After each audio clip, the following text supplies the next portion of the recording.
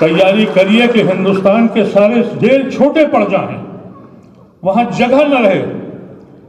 ہمارے ایسے یہ سارے حضرات، انہوں نے پرسنل لا بورڈ کی میٹنگ میں یہ بات کہی تھی، میں اس میں تھا موجود. صدر موصوف نے کہا تھا کہ اگر جیل جانا پڑا تو جاؤں گا. سیکرٹری جنرل نے کہا تھا جیل جاؤں گا. اگر یہ جاتے ہیں تو میرا ایسا معمولی انسان بھی اپنی آخری سانسیں جیل میں اتارنے کے لیے تیار ہے. آپ تیار ہیں؟ بتا دیں ہندوستان کے لوگوں کو کہ کوئی بھی قوم کو خاص مت کرو، ہم کو اتنا پریشان مت کرو. ہم اس ملک میں اس لیے آئے تھے کہ اس ملک کو ہم ایسے بنائیں گے جس کا خواب ہمارے بزرگوں نے دیکھا تھا. السلام علیکم.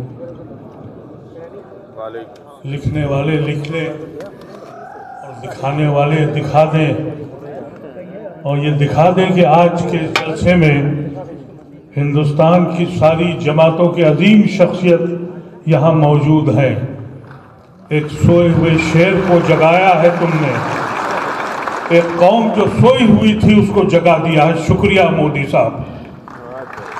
یہ کم اختلاف ہوتے ہیں جو یہ آپ کے سامنے حضرات بیٹھے ہیں. آپ دیکھیے ان حضرات کو، مختلف جماعتوں کو ریپرزینٹ کرتے ہیں، مختلف پارٹیوں کو ریپرزینٹ کرتے ہیں. ہندوستان میں جتنے حملے ہوئے سب ہم نے برداشت کر لیے.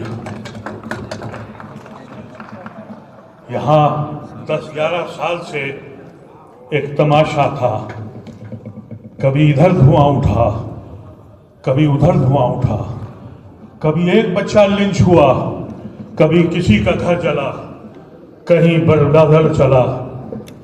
ہم چپ رہے اور خاموش رہے. لیکن یہ دین کا مسئلہ آ گیا، ہمارے مساجدوں کا مسئلہ آ گیا، ہمارے قبرستانوں کا مسئلہ آ گیا. شکر ہے اور احسان ہے پرسنل لا بورڈ کا، اس نے آواز لگائی اور بروقت آواز لگائی. ہندوستان کی سوئی ہوئی قوم، اس کو احساس ہوا اگر ہمارا دین نہیں تو ہماری دنیا میں وجود کا کوئی معنی بھی نہیں. ہم نے بڑے بڑے مظالم دیکھے ہیں. مودی اور ان کی سرکار کا مقصد کیا ہے وہ اندازہ کر لیں ہم سے. ہم ہندوستان میں واحد لوگ ہیں جو ہمیشہ ہم نے جھنڈے کو اپنایا، اس ہندوستان کی عظمت کو اپنایا، اپنے خون کو بانٹا اور پھر ہندوستان کی سانجی وراثت کو اپنایا. تم روز ہمارے ساتھ یہ کرتے ہو.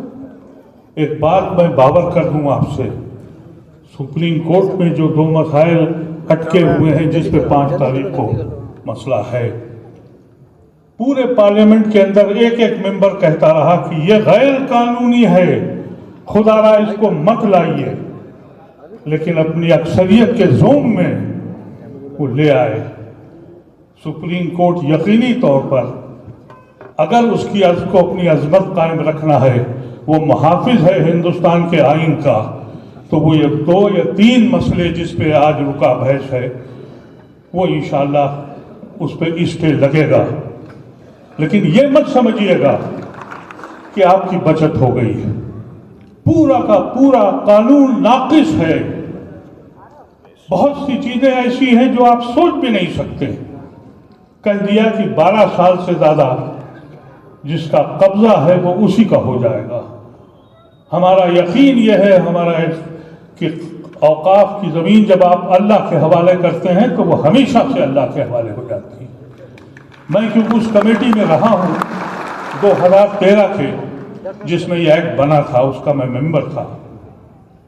اس وقت ہم لوگوں نے کوشش کی تھی کہ ان ساری جائیدادوں کو چھینا جائے، واپس لیا جائے جس پہ قابض ہے حکومت ہند بھی، اسٹیٹ گورنمنٹ بھی اور ہمارے اپنے لوگوں نے بھی قبضہ کیا تھا.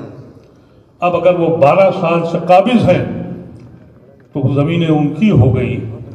اور مودی یہ کہتا ہے کہ ہم غریبوں کی بھلا کر رہے ہیں. تم اوقاف کی زمینوں کو چھین کر کس کا بھلا کرنے جا رہے ہو؟ مودی یہ کہتا ہے کہ ہم عورتوں کے لیے بہت فائدہ کرنے والے ہیں. عورتوں کے تو حقوق ہی چھین لیے اس نے یہ کہہ دیا کہ 5 سال آپ کو پریکٹسنگ مسلمان ہونا ہے. تو یہ خواتین جو اپنے گھروں میں عبادت کرتی ہیں، کیا ان کے برقعے اتار کے دیکھو گے؟ گھروں میں گھس کے دیکھو گے کہ یہ دین کے کام کر رہی ہیں؟ ان کے حقوق چھین کر بے شرمی کی طرح بیان بازی ہو رہی ہے. ہم سمجھتے ہیں بہت بڑے لوگ شخصیت آپ کے بیچ میں ہیں، لیکن ایک بات یاد رکھیے گا، یہ پرسنل لا بورڈ نے جو آواز دی ہے اس کے معنی سمجھیے. یہ مت سمجھیے کہ ایک میٹنگ آپ نے کر لی اور آپ خاموش ہو گئے. بہت سے ہمارے ہندو بھائی ایسے ہیں جو ہمارے ساتھ ہیں لیکن اوقاف کو سمجھ ہی نہیں پا رہے ہیں. ان کو یہ اندازہ ہی نہیں ہو رہا ہے. وہ سمجھتے ہیں کوئی ٹرسٹ ہے، کوئی ایسی سنستھا ہے. انہیں یہ معلوم نہیں ہے کہ اوقاف کی زمین اللہ کی زمین ہے. اس میں خلد بلد کرو گے تو ہم معاف نہیں کریں گے، تم کو یاد رکھنا، اور اللہ بھی تم کو معاف نہیں کرے گا. اس کا احساس تم لوگوں کو ہونا چاہیے. چھوٹی چھوٹی میٹنگیں کرو اپنے محلوں میں، اپنے قصبوں میں، اپنے گھروں پر، اور بلاؤ، ان کو بتاؤ کہ یہ ہمارے قتل کی سازش ہے. ہم اس ملک میں کس طرح رہیں گے اس کا فیصلہ تمہیں کرنا ہے. تمہارے آنے والی نسلیں اس ملک میں کیسے رہیں گی؟ جتنے حملے ہوئے ہیں ہم نے برداشت کیا ہے، لیکن اس سے بڑا حملہ میں نے اپنی زندگی میں تو نہیں دیکھا. اور آج میں یہ کہنا چاہتا ہوں کہ آپ تیار رہیں، چھوٹی میٹنگیں کریں، غیر مسلموں کے ساتھ ملیں، اور اپنی میٹنگوں کی اطلاع پرسنل لا بورڈ کو ضرور دیں کہ ہم نے یہاں میٹنگ کری ہے، ہم نے یہاں میٹنگ کری ہے. اور یہ افواہ مت پھیلائیے کہ ہم میں آپس میں انتشار ہے. ہم یقینی طور پر پرسنل لا بورڈ کے حکم پہ چلیں گے. یہ ہمارا سب سے بڑا ادارہ ہے اور اس ادارے نے کھل کے سامنے کام کیا ہے. ہم کسی جماعت کے ہوں، کسی پارٹی کے بھی ہوں، لیکن ہماری یہ ذمہ داری بننی چاہیے کہ ہم اپنے علاقے میں جا کے بتائیں کہ یہ غیر قانونی چیز ہے. خوش نصیبی یہ ہے ہم لوگوں کی کہ اس ملک میں غیر مسلم کی بڑی تعداد آپ کے ساتھ کھڑی ہے. ایسا نہ ہو کہ آپ اس کو ہندو مسلمان کر کے ان کو الگ کر دیجئے.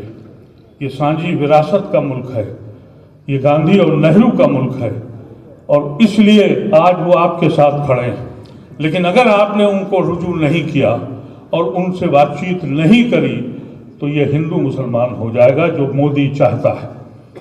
اس کو آپ کو بہت احتیاط کے ساتھ کام کرنا ہے. یہ بتانا ہے آپ کو کہ یہ آئین کا مسئلہ ہے اور ہمارا تعلق اس ملک کے آئین سے ہے.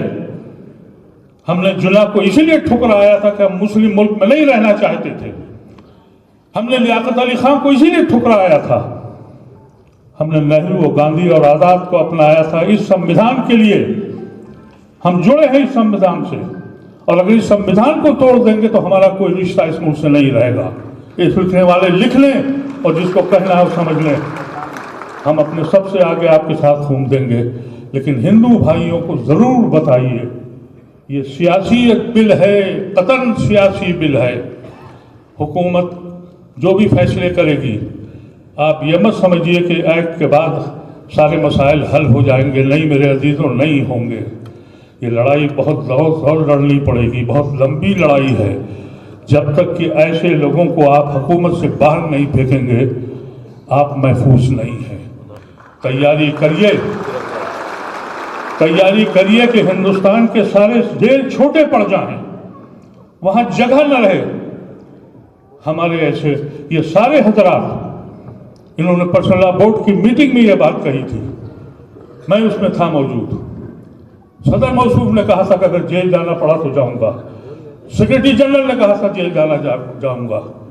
اگر یہ جاتے ہیں تو میرا ایسا معمولی انسان بھی اپنی آخری سانسیں جیل میں اتارنے کے لیے تیار ہے.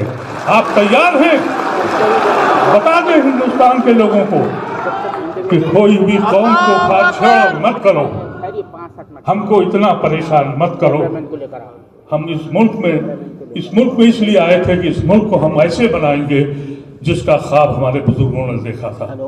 ہم ان الفاظ کے ساتھ ہم گزارش کرتے ہیں آپ حضرات سے کہ یہ صرف جلسہ سمجھ کے مت چلے جائیے گا. پیغام لے کے جائیے گا جو پرسنل لا بورڈ آپ کو پیغام دے گا، اور جو بات میں نے آپ سے کہی ہے، ایک ایک آدمی سے اگر ٹیکسی پہ بیٹھیے تو ٹیکسی والے کو سمجھائیے. میں ابھی ٹیکسی سے آیا ہوں، ٹیکسی والے کو سمجھاتا ہوا آیا ہوں، میں مسلم تھا. اور جہاں بھی آپ جائیں اسے بتائیں کہ یہ کیسی ظالم حکومت ہے جو ہندوستان کو لمحے لمحے قسطوں میں توڑ رہی ہے، قسطوں میں توڑ رہی ہے. اس ملک کو ہم ٹوٹنے نہیں دیں گے. وآخر دعوانا الحمدللہ.